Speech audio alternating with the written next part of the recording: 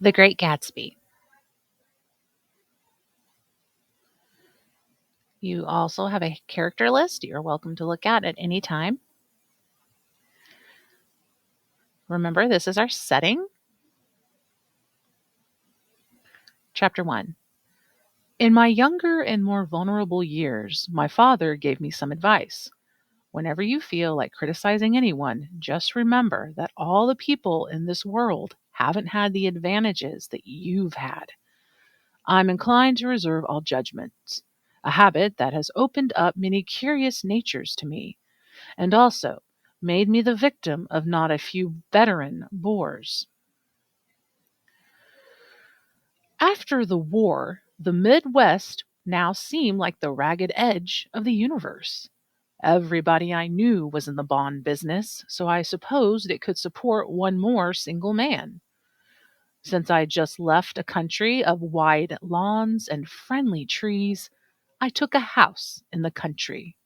It was next to Gatsby's mansion.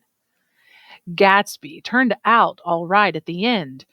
It is what preyed on Gatsby, what foul dust floated in the wake of his dreams that temporarily closed out my interest in the abortive sorrows and short winded elations of men. 20 miles from New York City, a pair of enormous eggs juts out onto Long Island Sound. I lived in West Egg, the less fashionable of the two.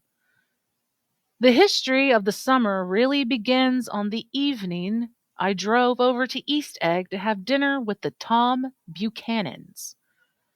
Why they came east, I don't know. They drifted here and there unrestfully wherever people played polo and were rich together. Daisy was my second cousin, and I'd known Tom at Yale, old friends whom I scarcely knew at all. Tom had been one of the most powerful ends that ever played football at New Haven. I've got a nice place here.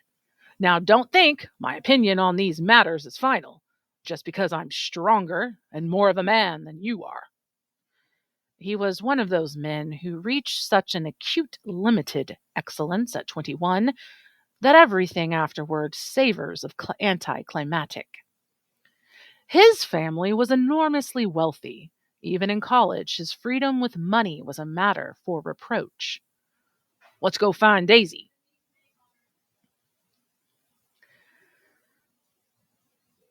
Two women were buoyed up as though upon an anchored balloon. It was as if they had just been blown back in after a short flight around the house. Nick, I'm paralyzed with happiness. How was your trip east? I stopped off in Chicago for a day. Dozens of friends send their love. Do they miss me? The whole town is desolate. There's a persistent wail of mourning at night, along with the North Shore. Oh, how gorgeous. Let's go back, Tom, tomorrow. I am stiff.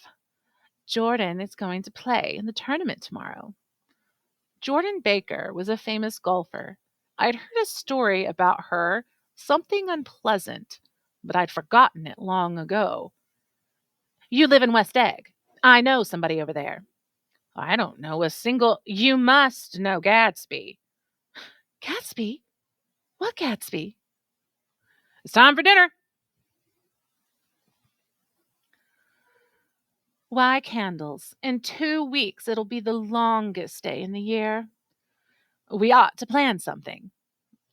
All right. What do people plan? Oh, look, I heard it. You did it, Tom. I know you didn't mean to, but you did do it. That's what I get for marrying a brute of a man, a hulking. I hate the word hulking, even in kidding. Hulking. Civilization's going to pieces. Have you read The Rise of the Colored Empire by this man Goddard? Why, no. It's a fine book. Everyone ought to read it. Tom's getting very profound. He reads deep books with long words in them. The idea is that if we don't look out, the white race will be utterly submerged. It's all scientific stuff. It's been proved. The idea is that we are Nordics. I am, and you are, and you are, you. And we've produced all the things that make civilization.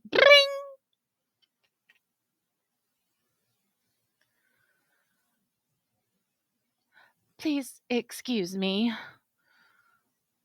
This Mr. Gatsby that you spoke of is my neighbor. Shh! Don't talk. I want to hear what happens. Is something happening? I thought everybody knew. Tom's got some woman in New York. The fact that Tom had some woman in New York was really less surprising than that he had been depressed by a book. Sorry, it couldn't be helped. Notice in this picture, we don't have any dialogue, but we can see that Daisy is upset and she's walking with Nick, her cousin. I've had a very bad time, Nick, and I'm pretty cynical about everything. And your daughter? I suppose she talks and eats and everything? Oh, yes.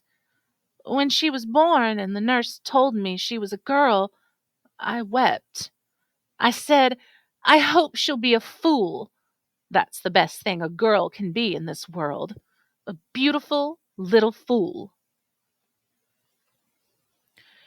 It seemed to me that the thing for Daisy to do was to rush out of the house, child in arms, but apparently there were no such intentions in her head. The wind had blown off, leaving a loud. Oh, sorry. Back at my cottage, I saw a figure who must have been Mr. Gatsby himself. The wind had blown off, leaving a loud, bright night, with wings breathing in the trees and a persistent organ sound as the full bellows of the earth blew, the frogs full of life. I was about to introduce myself to him, but then he did a curious thing.